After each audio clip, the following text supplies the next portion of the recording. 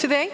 There's a lot of content here, so I'm going to do, I might skim over a few things. I will be at the GitHub booth all day today and all day tomorrow, so if you want to go deeper on some of the stuff that I'm going to talk here and get questions, you can go there afterwards if we don't have time to do this today.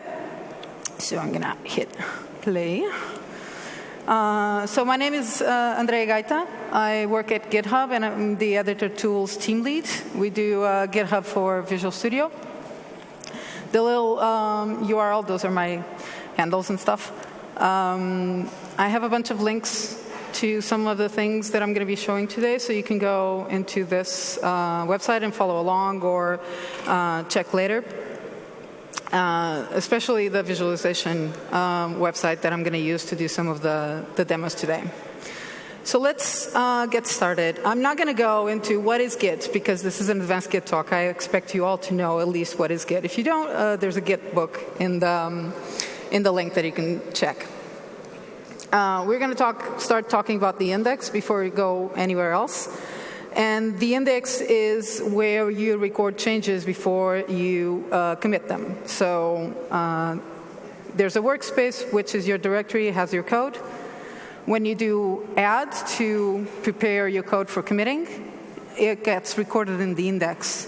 And then when you commit, it actually gets recorded in Git. And then when you push, it goes to the remote server. So there's phases here. And the index is an important thing to be aware of, because you can actually unstage changes for committing. You can add things partially to the index. So if you have a file with multiple changes, you can add 2 changes, but not the third one. So you can get into a state on the index where it's a bit confusing. So you need to be aware that there's a difference between your files when you're working on them and when you're preparing a commit, and then when you're actually committing. There's a change here.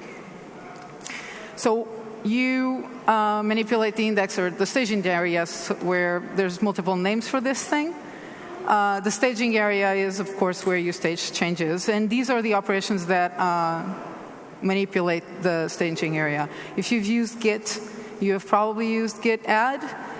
You might have done git commit -a, which adds and commits automatically, so skips the step. But everything goes through the staging area. So on the command line, thank you. So on the command line, there's nothing to commit. I'm going to,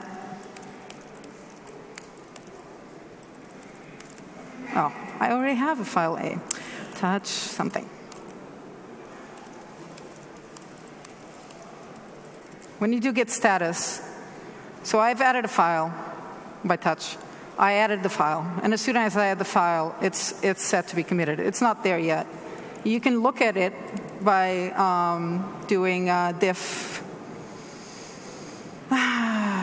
Sorry, I have aliases. So this is the first thing that you need to learn. There's aliases that you can use for all of these things, which are on the length of the link that I showed you. These are my aliases. So when I'm on the command line, I use these aliases a lot. So when I want to see what changes I have, I've done a bunch of code. What changes do I have? I just do a git diff. But if I want to see what changes I've staged to the index in preparation for commit, you actually need to do git diff --cache, which obviously I can never remember anymore because I have an alias for this. And I have an alias for a bunch of other things, like give me only the files that have been staged for commit and not the files that are other files that have changed, and so on and so forth. Different types of logging that I have here.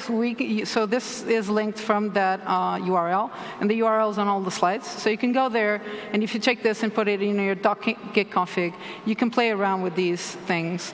I have, for instance, a new alias, which will list me all of the files that I'm not tracking yet. There are files that are not ignored that I've added, which will be eventually added. If I'm using a GUI for this, obviously it's going to be easy. I'm just going to click on it. It knows. But on the command line, sometimes it's harder, and I don't like typing names of files. So I have these, which I can then pipe to xargs and do git add automatically and stuff like that. And the same thing for files that I've deleted, which is git gone, basically. So when I'm on the command line, you might see me doing these check aliases if I forget what the actual command is. These are the aliases, so you can look them up. So the index. So these are the operations on the index, which you very likely know already. I'm not going to go into this in much detail because we need to go into other way more interesting things, which is history navigation. Sorry, there you go, slow. So history for Git is a tree. It has branches. First thing you do when you create a repository is create a first commit. You always do this. It doesn't matter what the commit actually has, and it's actually a better idea if you don't have anything there that will conflict on other things. So add a .gitignore, or add an empty README file, or add anything that is not going to cause problems later on. It's a file that's rarely touched, like metadata. When you initialize a repository, add that file and do an initial commit. So you have an entry point, a root from which the tree can grow, and when you can always go back and go to other places without having things in that initial commit that you don't want. So branches are labels. They are not hard things that have a life of their own. They're just labels, labeling points in the history. So the first tool we're going to see for the demo is this, which you can find on that URL on top. This is a visualizer for Git operations. It is not actually doing Git operations. It is just showing you what the tree looks like whenever you do things. So I have a first commit, always a first commit, and then I do another commit, and it grows, right? And the master label is the current point where I am. So the labels go with you when you're working on a specific label, basically. And I am working on this branch, so that branch is that label, and it just follows me around. So I'm going to do a new branch. I'm going to check it out with -b, which means I'm going to check it out and create it at the same time. I'm going to do a branch called test, which is in the same, it doesn't exist, so now I have new labels on the same commit. But now I'm going to commit, and now the master label is on one side, and test is on the other. Test will always follow me around because I'm working on the test branch. And if I go check out master and do git commit, now I have a tree, right? So, and you can always go, but technically you could do this as long as, obviously, I need to check it out. Previous master. Oh, which branch it is on right now. It must come from somewhere else. But basically, it's just a helpful tool for us to be able to work on different areas and move around without memorizing hash commits, commit hashes. So this can go on. There you go. So there's a head pointer. This is a little file on disk which actually just records every time you move around where you are currently. It records the commit ID, right? And you've noticed on the demo that the head's just following me around whenever. So when you see head mentioned anywhere, it is just where Git thinks you are right now, basically. So navigating history, when you check out branches, you're just moving to another area so you can work, right?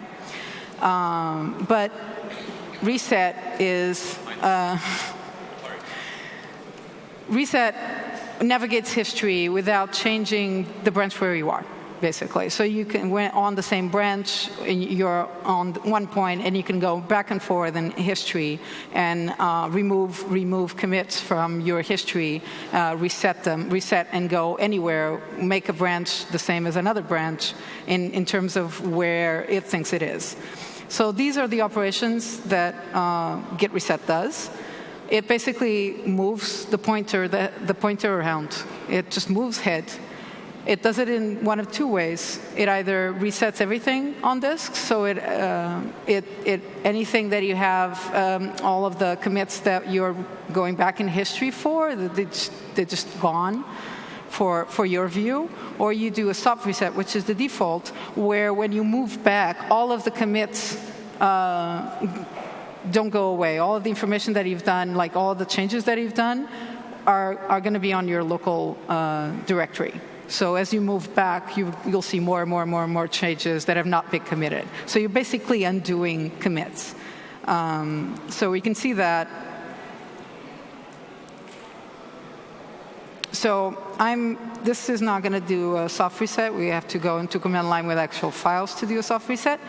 But if I do reset and go to, I'm actually, a good thing to do is also do Git Branch and check where you actually are. I know I'm on head because the graph tells me this, but most Git tools don't. So I'm on previous master, and I don't care about what I have on previous master. I actually want to do some work based on tests. I want to throw away previous master. I don't care about it.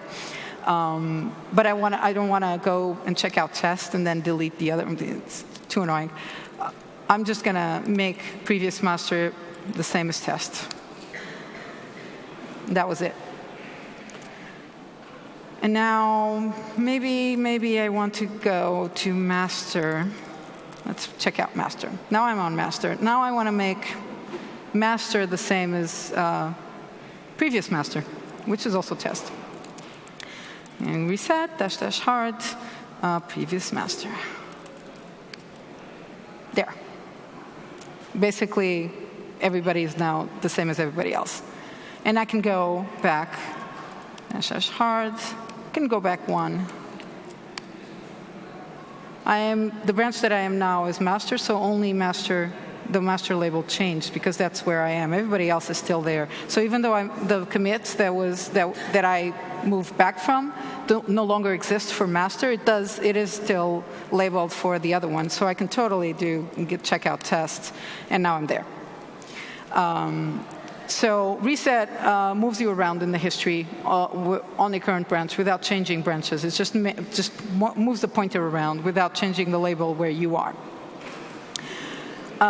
Git reset soft is another. Let me see if I have this. So I have this little repo that is actually one of my repos, and I want to go back one commit. I want to redo that commit, or maybe throw it away, or maybe I'm just playing around. And I want to go back and redo it. I don't want to do commit -- amend, which is something you can also do. I just want to go back and redo it and then commit again. So I need to go back one step. So I do git reset -- soft. It's the default, so you don't have to put this in. And then you do head one. And then you do git status. And now all of the files that were not there before, because I did git status before, all of the files that were committed on that commit that was on top are now uncommitted, but are staged for committing. So we are back at the point where I was committing, right? And the commit is gone. So that is -- soft. Oh, damn it, I didn't want to commit that. Reset soft back.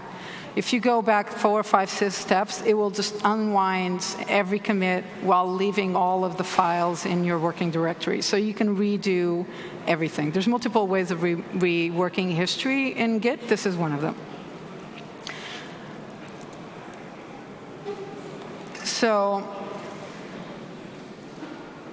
So that is Git reset hard and reset soft. They both do the same change to head, but one of them resets, really throws away the files. You don't want the files in the working directory, and the other one leaves it there.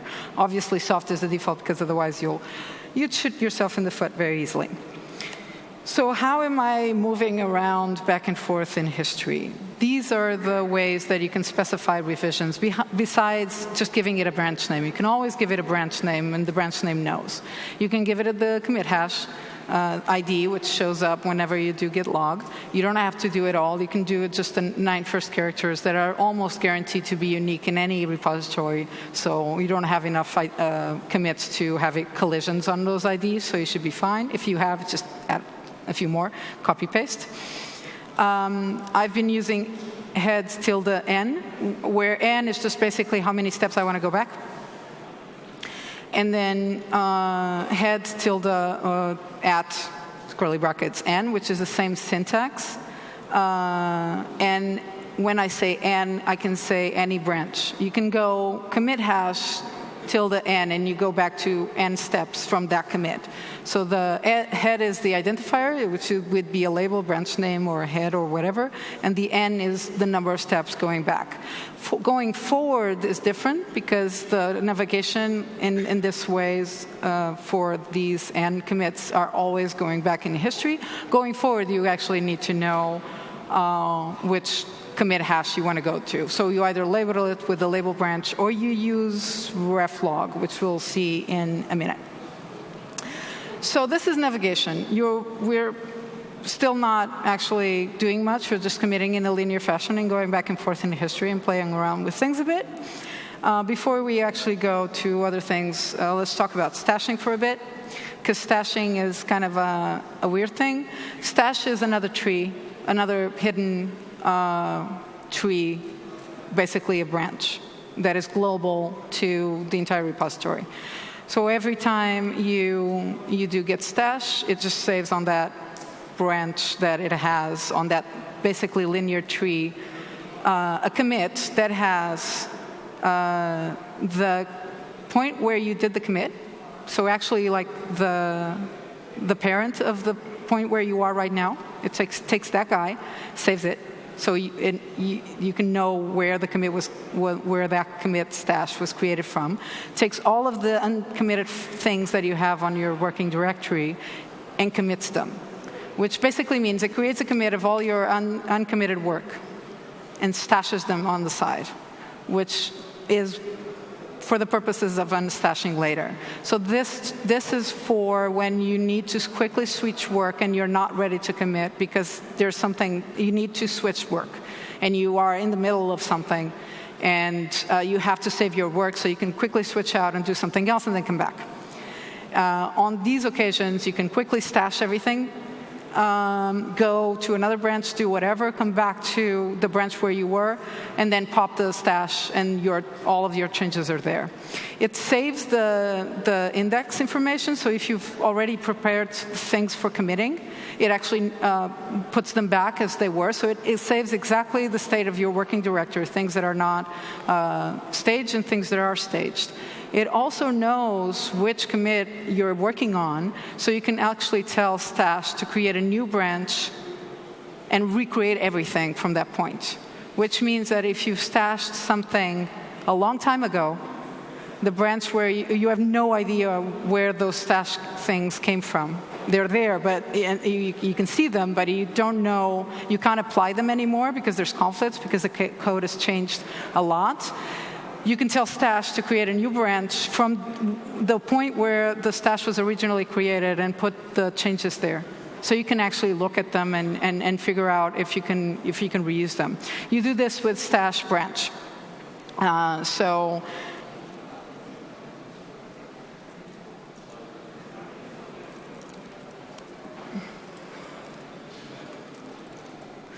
I have stash list. We'll give you a list of the things that are stashed, which in case is, I have one thing on the stash, and I have this thing that I haven't committed yet, right? And my boss comes in, tells me, you need to really, really fix this very quickly. So I need to switch out for another branch. I do git stash. Now git stash list has a second thingy, right? I don't know. I mean, I can git log. Let's take a commit somewhere down the history somewhere. I'm going to go and check out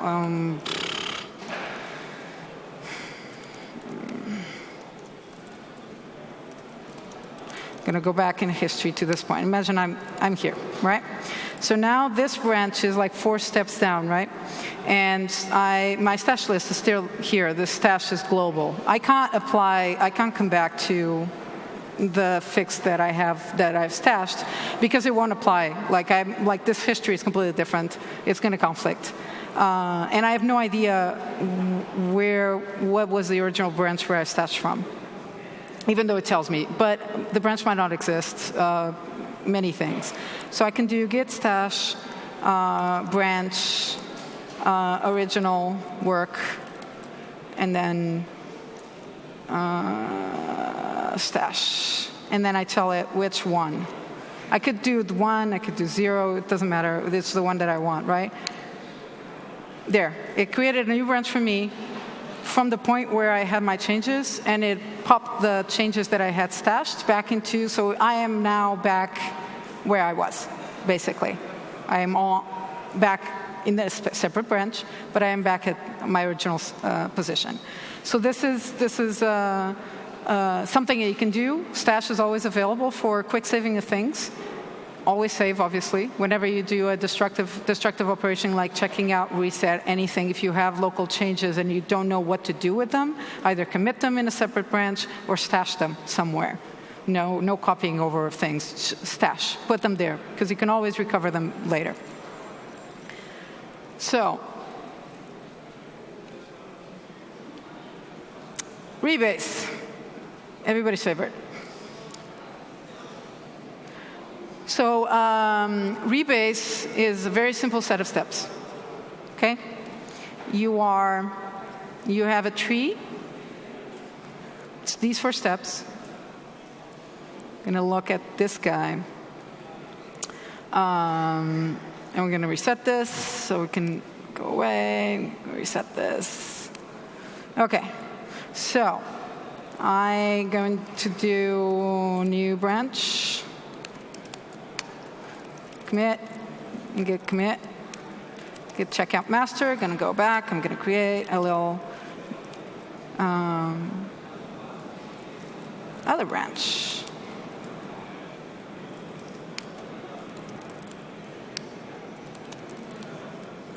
Okay. So I'm on other branch, and I want to grab the changes that are in new branch into my branch. There's multiple ways of doing this. You can do a merge or you can do a rebase. And the rebase is those 4 simple steps. It finds the common points of the common commit of the 2 trees that you want to get together, records all the commits that you have on your local branch, pops them out, goes back to the common point, actually just resets to the other branch that you want, and then just applies all your commits. So it's going to just reorder all of the things, right? So I'm going to go rebase. I am on other branch, and I'm going to go rebase new branch into other branch. So the commits on new branch are going to be applied before my commits on other branch. Git rebase new branch. And this is now my state. Okay?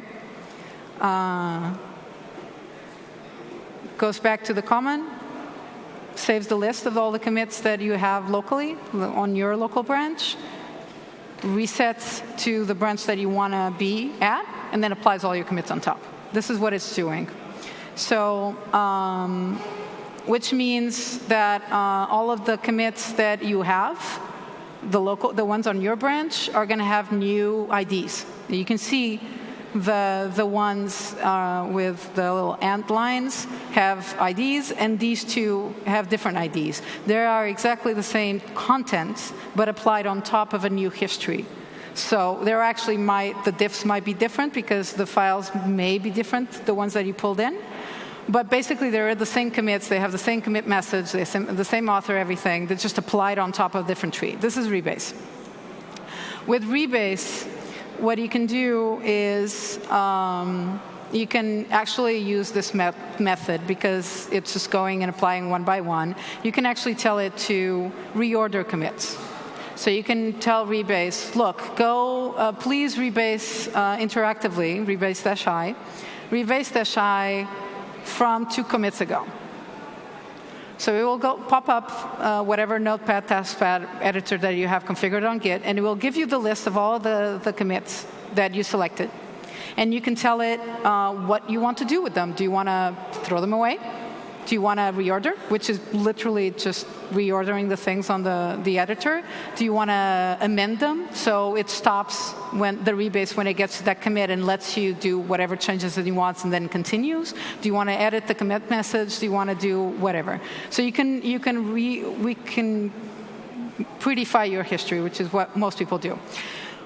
When should you do this? So we should only rebase. Either the branch is local, it's only for your amusement and fun. You're not actually going to push it anywhere, so you are free to do whatever you want. You can rebase, you can prettify, you can squash all the changes into one commit. You can do whatever you want.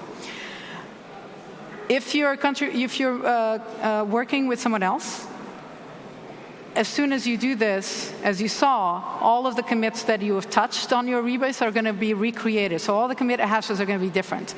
So if someone else is working on your branch, their history is now going to be different from yours. But they have the same content, right? So when they try to pull your branch because you pushed the branch, they pull your branch and Git cannot sort out the conflicts. Because now he has 2 changes that are exactly the same. And there's no way to fix that. Git has to either decide to throw one away or the other. It can't do that. So branches that have multiple people working on them, if you rebase and push, the other person is going to suffer. So the other person is going to have to throw away all of their work and reset to your branch. And if they have local changes, that's going to be fun. So this is why rebase is a lot of fun until other people get involved, and then people get annoyed. Which is why there's merge. So on a merge, let's look at the merge. So we're on other branch, right? And let's go back to new branch because we can. Let's commit some more. Commit. There. I'm going to check out other branch. So now I'm on other branch. I want to pull in the new commits that I did for new branch. But these branches are all public already shared. So instead of rebasing, I'm going to merge. And merge is git merge new branch. So it creates a merge commit, which most of the times is empty because there's no conflicts or anything to resolve, so there's nothing there. The only thing that the merge commit has is 2 parents, one pointing to one commit and the other one pointing to the other, so that they are basically merged. So that Git knows, and then you get all of this fun history. For merge commits, if you're sharing code with others, this will not cause conflicts because the conflicts are resolved via merge, and there's a new commit, so the history is not rewritten. All of the commit hashes are correct for everybody. Everybody sees the same thing. The only thing they have to do is pull down your changes because you pushed this, and they can do a rebase on the changes that they haven't pushed, because those, if they haven't pushed, they're fine. If they have other things that they want, they can do a merge commit. So that is the difference between rebase and merge. Merge will combine history without affecting the commits. So the commits are never copied, never cloned. They always have the same IDs. Rebase will clone commits, will copy them over to a new tree. So it will basically rewrite them, and that is impossible to resolve conflicts when you're trying to resolve all of those histories. So why do you do rebase? So when you're working, you should commit early and often. You should also push because your laptop might die or whatever. And this is where the server side of Git comes in handy, because you have a server where you can just throw your changes up, and then when you're on before you go on a trip, you pull those changes down, work and stuff. But your changes might not be done. You're in the middle of work in progress. And if you stash, it's only local, it's not remotely, so you can't get the stash from another machine. So at this point, you need a whip. which you usually do, the commit message has whip something, which is work in progress. And you commit and push that, right? And then you go back to your other machine and pull down that and reset soft so that you can continue working. And then you properly, or you do rebase or do whatever. In this kind of scenario, it's fine to rebase, because the branch is yours. You're working on it. It's not for anyone else's consumption. If they pull it down, tough. It's your work branch. Until it's not your work branch anymore, you are fine to rewrite history whenever you want. And you can also clean up history before you are ready for a review, so that you can actually fix the commits because you have a whip and you want to reorder commits and make them simpler. You want to squash and put everything in one commit. You can do that.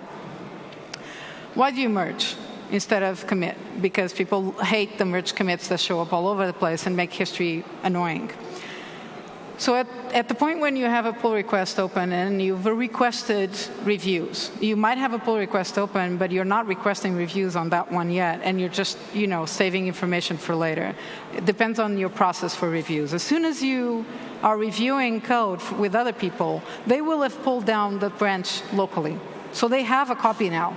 As soon as that happens, you do not rebase. You do not mess up history. You do not reorder commits. Because, again, they will not be able to resolve conflicts if you do. And if they do local changes, worse. So the only time you do that is when it will go like, dude, I'm gonna clean this up. So you're going to have to reset the branch back to mine and just, don't try to resolve conflicts. So you have to tell the other people, like, I'm going to do this. And the reason why is because Git doesn't allow it to push if you have rewritten history when you've pushed it already. So you've pushed a branch, and then you rewrite it, and you push it again, and you go like, no, because someone else might already have gotten that branch, right? So you have to do force push, which is -F. So when you are in that situation, when you're working with someone else on a branch, they're getting reviewed, and you have to do a force push, that's where you stop. And you think, if you have to really do that, or if you need to get changes from master, you merge instead of you rebasing. And then you screw up or do something, and then you reset, and it's all over, and your repo is corrupted, and you lost all your data. You haven't, because you've committed or stashed everything, right? You always commit, always commit. And why do you always commit? Because there's a reflog. Git is your friend. So all of these things that I've been doing, I have the visual aid, so I can actually copy-paste all of those little commits that are invisible. But on Git, normally, I have no access to those commits anymore. The commits that I have moved away from, that I didn't label with the branch, that I reset out of, are gone. I don't know where they are. But Git knows. So there's a reflog, Git reflog, which will give you every single operation that you've done from cloning, from the start.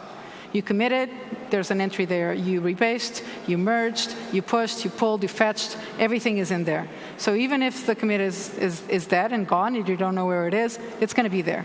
And if you are merging and it's bad, it's a bad merge, and you are in a completely unrecoverable state, you can always, and you don't know where to reset to, you can always go to Git reflog and see where you were before the merge.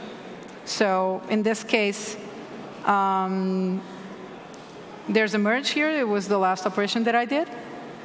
Git reflog will say merge and what strategy it used. And the entry before that, so the ID that's on the reflog is the current point where I am, which matches this commit. But if I want to go back to the place where I was before I did the merge, because it got confusing, I can just copy-paste and do git reset -hards and just throw away the merge and do it again. Okay? So Git reflog is your friend for anything, as long as you always commit. If you always commit, you never lose anything. So in this situation, I have a little my amazing thing again, and you can see this is a pristine that I just cloned. So The only thing that is there is clone. The stash demo, I have a few more things. This is what I did on the stash demo. So these are all the operations that I did to get to this point on the stash demo. I moved up, down, up, down, up, down. And you can always copy all of these things.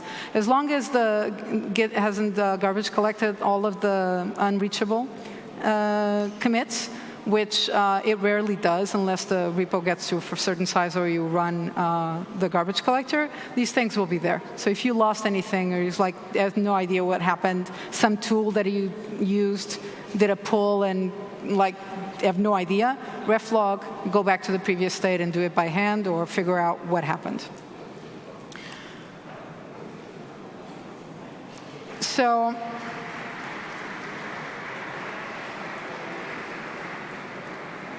bisect is another thing that I rarely use, depending on what the code is, obviously.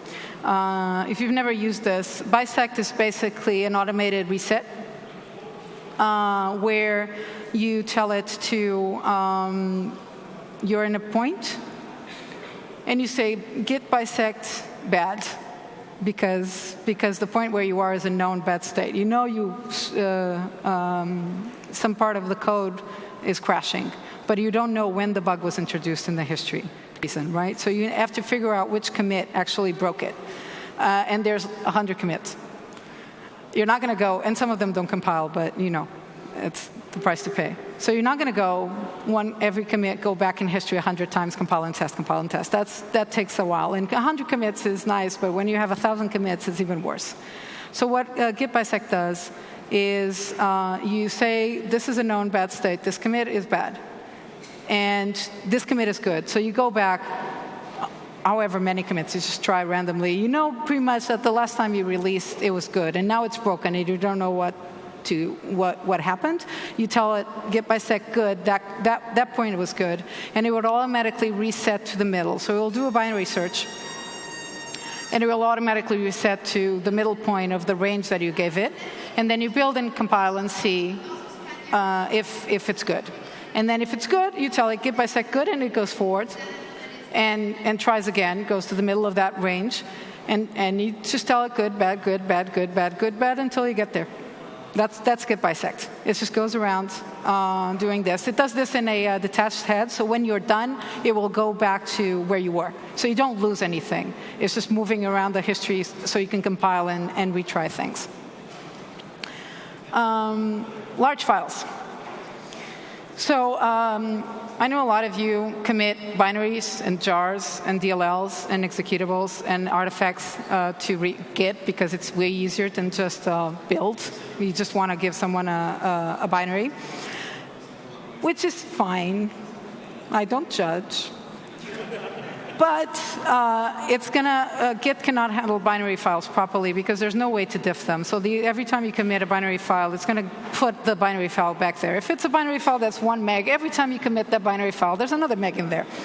And this will slow down status, it will slow down everything.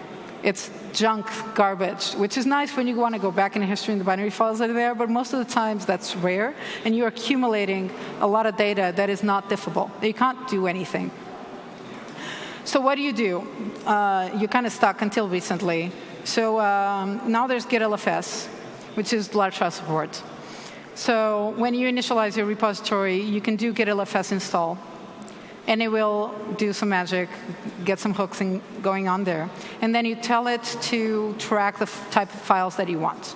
So you have JPEGs, you have whatever type of file that you want to track, you tell it before you commit the files. So this is init. You do this, it's an initialization of your repository. And when you commit the file, instead of Git committing the full blob and storing it in the database of your Git, it will just commit the hash, MD5 sum hash, calculated hash of the file, and it will upload the actual file into server. If you do this through GitHub, we have an S3 AWS storage associated with your GitHub repo.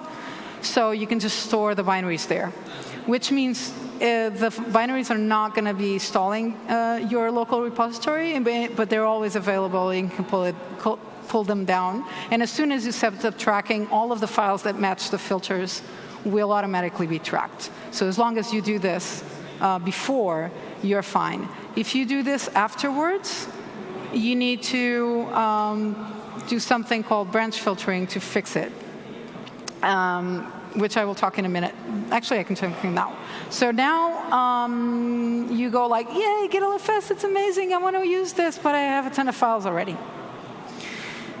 At that point, if it's your repo and you're willing to do this, what you can do is git filter branch and pass it a script that will tell Git filter branch how to handle every single commit. So what it's going to do is go through the entire history of a repo and apply that logic. Remove a file, delete, grab something out of your files, do whatever you need to do. And it's going to rewrite the entire history. So this is going to be a full rewrite. All the commits are going to be gone. It's like a full rewrite of your history. The good thing is you committed a password to a text file. Oops.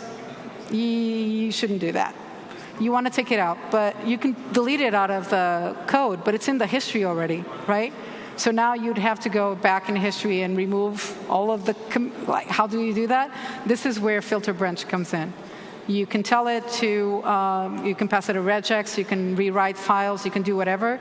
You can tell it to go, oh, this file, find this string, and replace it with an empty string. And it will go through every single commit that touches that file, it will do that for you. So now your history is rewritten, there's no more password in your history. Same thing for large files. Why should you not push large files into a repository in general?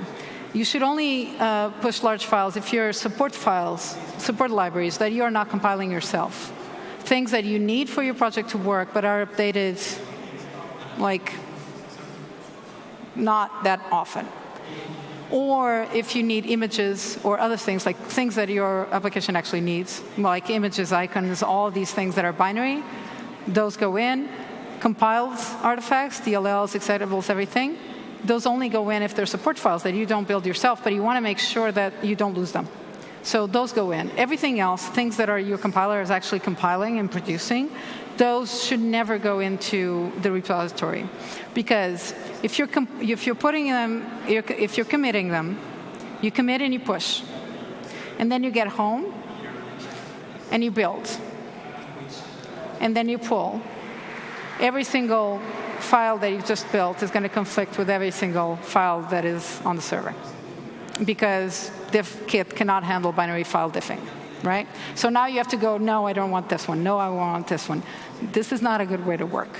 The better way to work is to, if you want to keep your binaries for easy sharing, that you put them in a submodule, a separate repo, where you just keep the binary files that you can then pull along, but it's not in the build artifact directory of your compiler. It's separate, so that if you build locally, it's not suddenly going to screw up all your conflict resolution. You do this separately. You have you can have a submodule, you can have a little FTP directory somewhere, you can have whatever. As long you just build a script that takes, if you want to do this, take it, put it in a repo somewhere with large files, you push it up, and if we need it, you can always copy them back, but you're not making this a part of the Git as part of the pull in conflict resolution, because that's not going to work. You should be aware of this. Submodules. Submodules are separate repos that you usually have as dependencies, but they're like forks of something, like a library that you need. That is its own Git repo. It has its own build system. It has everything that you want as a source instead of a binary, right? You want to build that thing as part of your thing, but it also already has a repo. So you can make it a submodule, which means everybody that's going to check out your repository can also get all the submodules.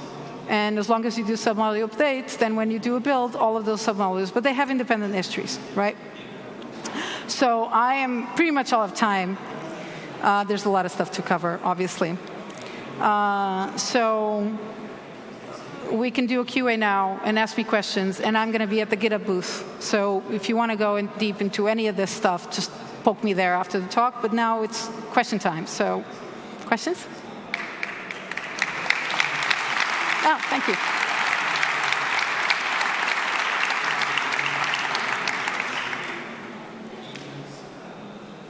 I didn't actually talk while you're trying to figure out if you have a question or not. I didn't talk about branching strategies and how do you do release branches and stable branches and staging branches and how do you do all of these things because there's many answers and not all of them are correct. And that one is a conversation that you can definitely have at the GitHub booth if you want.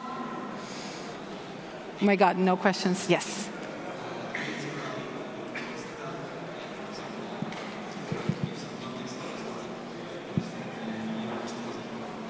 I never managed to get submodules right. Do you have like a cool way of best practices on how to update the submodules? Because I always end up going into the submodule, doing git pull, and then it's conflicted with the master. It's horrible. So submodule is, the technique to do submodules is you do git submodule add, and you add the submodule for a directory. So that's now a submodule. When you check out a repository, you always do git submodule update -- init. So if the submodules are not there yet, it will pull them down and register them in your local repo, because when you do git clone, it will not pull down submodules unless you tell it to. So any time that you're either cloning a new repo or you're in existing repo and you need to update modules, get some all -- init. You never know when someone has added a new submodule.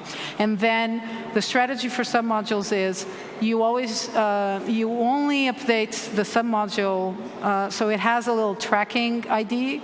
It is the main repo that has the submodules.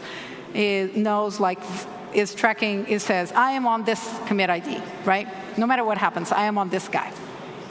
So when you're updating a submodule, doing new things, or doing new commits on a submodule, if it's a submodule that is owned by someone else, a repository that's owned by someone else, you go into the submodule directory, you pull it down, or you go, check out a tag or a branch, the one that you actually like, the new changes that you want to have.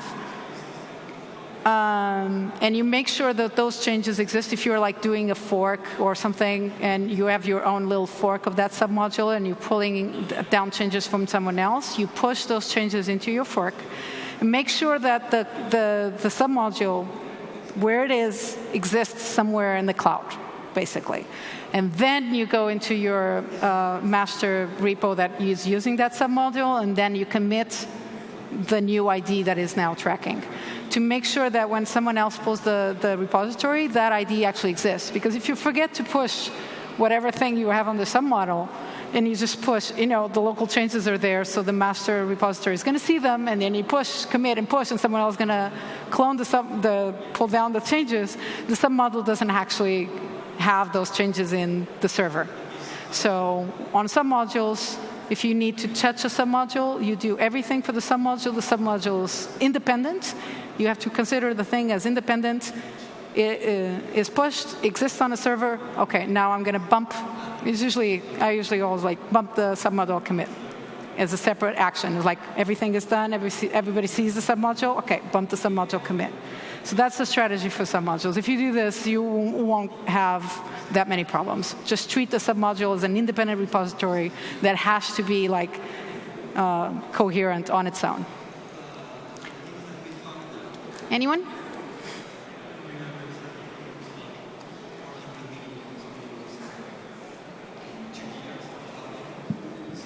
Hi.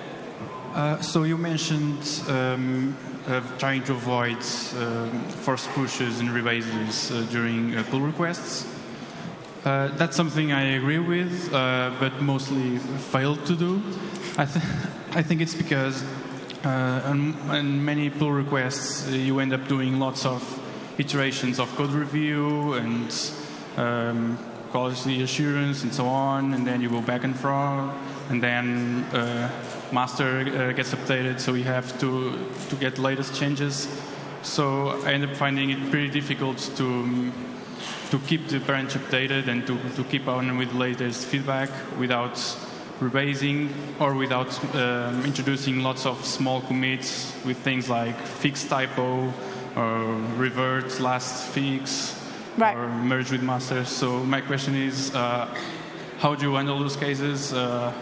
How do you deal with these long PRs? Right. So it's a philosophy of the project, right? So I usually do until while I'm working on the branch, and I might have a PR open, but I'm not requesting reviews yet. I'm rewriting that thing all day long. I'm taking out, fixed typo, moved it out. It doesn't matter. It's not a thing that we want. As soon as someone else is checking out my branch, I have to be careful. That's the thing. I have to be careful because someone else is depending on my changes. I can make their day miserable, especially if they're working and testing out that branch. So this is an agreement between people, right? If I have suddenly a bunch of fixed typo that I have to do to quickly test out because it doesn't blow up on my machine but blows up on someone else's machine, and I have to send in all that stuff so that they can test, at the end we're going like, we're in a good state. We can agree that this history is really not useful. We can clean up that history, right? And then everybody agrees like, yes, okay, now I'm going to rebase and clean it up. And then I'm going to force push. But everybody's aware that I'm going to do this. So I'm going like, guys, okay, no, throw your local branch away because I'm going to rewrite all this thing so you can bring it down again, right? And then at that point, I will just bring out rebase from master as well. It's an agreement. If people agree to do this and it doesn't cause issues, it's fine, right? But it's very easy to get used to force push. And you never know who else is listening on that branch. This is a shared environment. Merges are not pretty. I don't like merge commits. But at some point, for the sanity of all, sometimes it's better.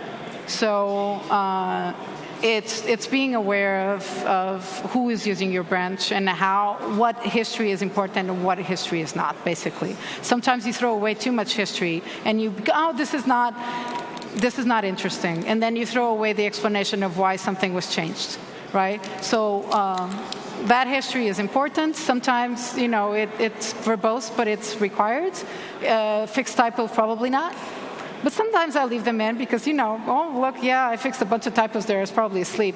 Should not work at that hour.